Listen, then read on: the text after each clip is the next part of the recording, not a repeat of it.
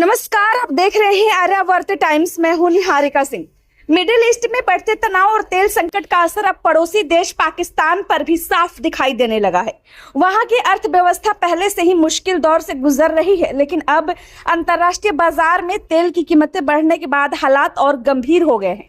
बताया जा रहा है कि कच्चे तेल की कीमत $100 प्रति बैरल के पार पहुंचने के बाद पाकिस्तान में ईंधन संकट गहरा गया है। पेट्रोल और डीजल की कीमतों में बढ़ोतरी का असर सीधे आम लोगों की जिंदगी पर पड़ रहा है।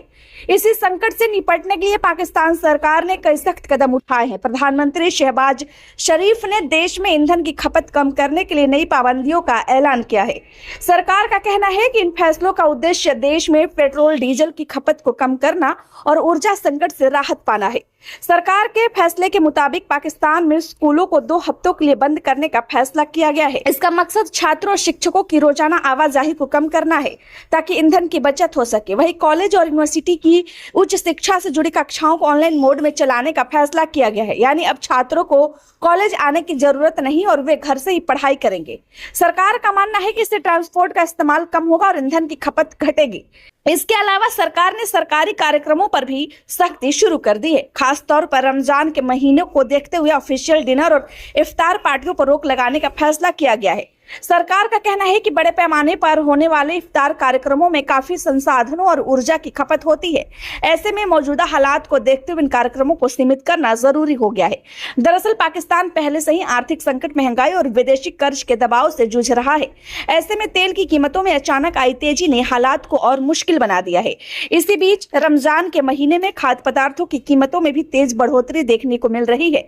खास तौर पर फलों और सब्जियों की कीमतों में कई जगहों पर काफी बढ़ोतरी हुई है, जिससे आम लोगों की परेशानी और बढ़ गई है।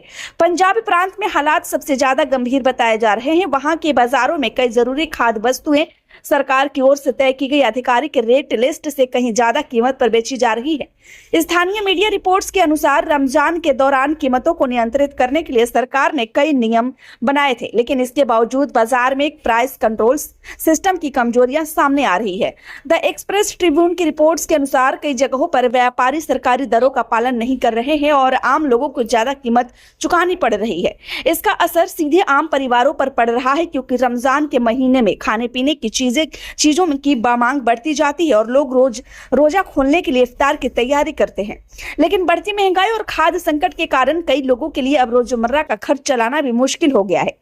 विशेषज्ञों का मानना है कि अगर अंतर्राष्ट्रीय बाजार में तेल की कीमतें इसी तरह ऊंची बनी रहती हैं तो पाकिस्तान की अर्थव्यवस्था पर दबाव और बढ़ सकता है। फिलहाल सरकार इन कदमों के माध्यम से हालात को संभालने की कोशिश कर रही है, लेकिन आने वाले दिनों में यह देखना होगा कि क्या ये फैसले वास्तव में संकट को कम कर पाते हैं या फिर पाकिस्तान को और बड़े आर्थिक संकट का सामना करना पड़ता है। वैसे आपकी क्या राय है, हमें कमेंट में जरूर बताएं। फिलहाल के लिए इतना ही। खबर अच्छी लगी हो तो लाइक करें। कृपया चैनल को सब्सक्राइब करना ना भूलें। धन्यवाद।